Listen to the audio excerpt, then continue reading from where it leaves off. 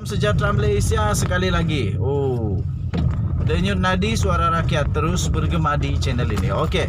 Baru-baru ini ada satu akhbar, ada satu kajian yang dilakukan oleh pihak berkecuali yang bukan ahli politik, bukan juga NGO, tetapi satu penyelidikan telah dilaksanakan untuk melihat saham-saham pilihan, adakah mereka ini masih dipilih, dipercayai atau tidak, ataupun ada calon yang lebih baik. Yaitu kajian yang mereka buat adalah siapakah yang paling sesuai untuk jadi Perdana Menteri ke-10 Malaysia. Ke-10 kah? Ke-11 kah? Perdana Menteri Malaysia yang seterusnya lah kalau sudah selesai pilihan raya. Mengejutkan sekali tuan-tuan dan puan-puan, nama Zahid Hamidi langsung tak ada dalam senarai yang mahu dipilih. Betul-betul tak ada yang tak adalah yang undi dia banyak, sikit saja. Tak masuk pun top 10. Aduh, kesian Zahid Hamidi. Tapi tidak mustahil kalau Zahid Hamidi walaupun diundi tidak famous, tidak diminati, tiba-tiba BN menang, UMNO menang, dia jadi Perdana Menteri, tidak mustahil. Begitu juga dengan Perdana Menteri sementara sekarang ini, Ismail Sabri Yaakob. Beliau juga tidak mendapat undi yang banyak. Tetapi yang mengejutkan, Khairy Jamaluddin berada di tempat kedua, tuan-tuan dan puan-puan. Berada di tempat kedua Khairy Jamaluddin untuk menjadi Perdana Menteri yang seterusnya Malaysia. Dan pastilah di tempat yang pertama Anwar Ibrahim. Anwar Ibrahim dikatakan paling layak untuk menjadi Perdana Menteri. Jadi tuan-tuan dan puan-puan yang dihormati sekalian, kamu setujukah kalau Anwar Ibrahim jadi Perdana Menteri yang seterusnya Malaysia? Adakah dia akan dapat mengeluarkan Malaysia daripada banyak kemelut masalah sekarang ini? Masalah kestabilan politik, kestabilan ekonomi, kestabilan pendidikan, kestabilan macam-macam lagi lah kestabilan yang kita harapkan. Adakah Anwar Ibrahim dapat mengeluarkan Malaysia daripada itu? Dan benarkah Zahid Hamidi tidak akan berpeluang pun untuk menjadi Perdana Menteri seterusnya? Dan sekiranya kalau dia jadi Perdana Menteri pun, kalau betul undian itu, maksudnya Zahid Hamidi akan mungkin boleh menjadi Perdana Menteri yang siap sendiri. Sebab tidak ada sokongan yang diberikan kepada dia. Bayangkan saja kalau dia jadi Perdana Menteri, tapi dia paling tak diminati jadi Perdana Menteri dalam undian tersebut. Apa akan terjadi kepada Zahid Hamidi? Pastinya sangat-sangat kesianlah. Sebab dia tidak diminati. Tapi selalunya walaupun tidak diminati, kalau sudah jadi Perdana Menteri, itu akan jadi minat besar. Tapi yang penting dulu ialah dapatkah Zahid Hamidi menjadi ketua di dalam perjuangan kali ini untuk membawa UMNO Barisan Nasional menang, dan seterusnya dapat menyelamatkan mereka daripada didakwa seperti yang Zahid Hamidi ucapkan di dalam ucapan beliau itu. Okey, so saya sebagai admin The Twin TV, hentikanlah semua pendakwaan itu. Jangan lagi lah pakai badan-badan kehakiman, undang-undang negara Malaysia untuk kepentingan politik sendiri. Kalau ada berlaku, kalau tiada baguslah, kalau ada hentikanlah. Satu, berdosa. Kedua, tak baik, tak bermoral. Ketiganya ialah menyusahkan rakyat. Okey, so apa pendapat kamu? Boleh tinggalkan komen. Apa komen kamu? Sila tinggalkan komen. Denyut nadi suara rakyat terus bergema di channel ini. Bye-bye. Salam sejahtera Malaysia. Denyut nadi suara rakyat bergema di channel ini. Jalan raya kita macam berombak lah. Saya rasa macam di laut saja.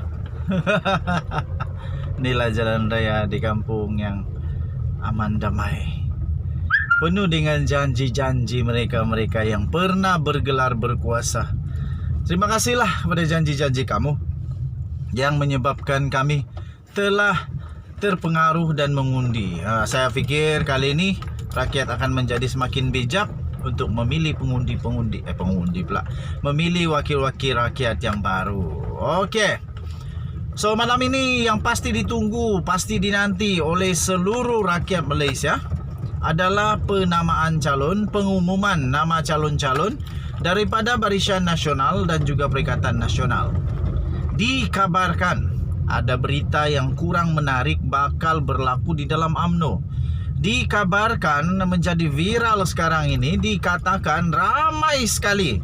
Ramainya nama-nama dalam UMNO, orang-orang besar dalam UMNO yang mungkin tidak akan diberikan kesempatan untuk menjadi calon sekali lagi. Dan menurut banyak tulisan penganalisis politik berkata kemungkinan besar mungkin boleh berlaku huru-hara. Huru-hara bukan perkataan tu indaklah kali. Mungkin akan berlaku tidak puas hati lah, begitulah, itulah perkataan yang sesuai. Mungkin akan berlaku tidak puas hati ramai sekali bekas pemimpin besar di dalam UMNO. Antara yang paling disebut-sebut sekarang ini yang menjadi viral di seluruh Malaysia tidak lain dan tidak bukan adalah Syahidan Kasim. Syahidan Kasim yang kita tahu memang dia ini tidak sebulu dengan Zahid Hamidi. Dan dikatakan Syahidan Kasim sendiri menulis di dalam akaun media sosialnya, antaranya dia kata semua pejabat UMNO di parlimen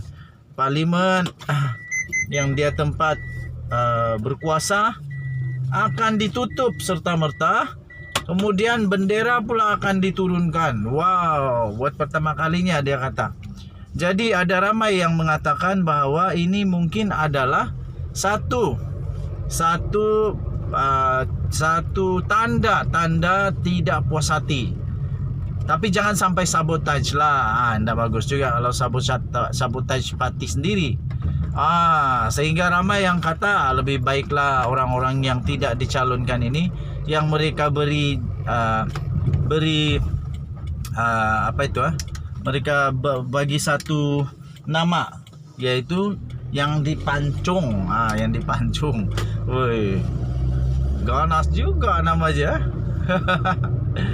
Untuk bertanding menggunakan calon bebas. Kalau mereka bertanding menggunakan bendera bebas atau sebagai wakil rakyat bebas, kita akan melihat banyaknya huru-hara pasti berlaku di dalam UMNO. Apa tidaknya di tempat itu, kalau sebagai contoh, kalau memang benar Syahidan Kasim tidak disenaraikan dan dia pula bertanding sebagai calon bebas, bayangkan saja perpecahan undi yang berlaku nanti. Pasti orang yang masih lagi setia kepada Syahidan Kasim akan terus setia kepada Syahidan Kasim, dan itu akan memecah belahkan undi UMNO.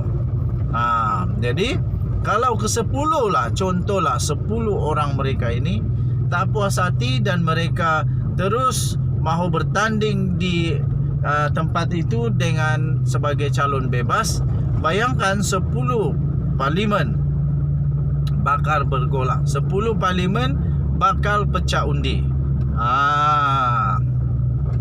So itulah yang berlaku. Kita nantikan bersama, betulkah ini akan terjadi ataupun ini hanya akan menjadi satu kabar angin saja. Tapi selalunya di Malaysia ini politiknya bermula dengan kabar angin. Mula-mula kabar angin, lepas itu betul-betul jadi kabar betul. Selalulah begitu.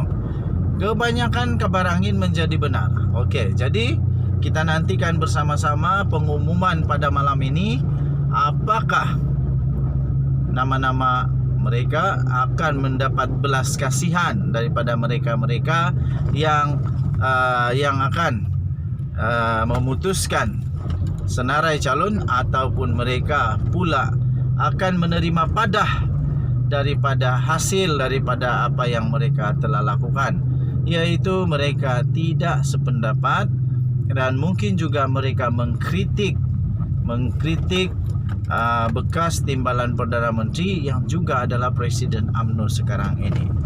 Denyut Nadi Suara Rakyat terus bergema di channel ini. Kita jumpa lagi. Bye bye.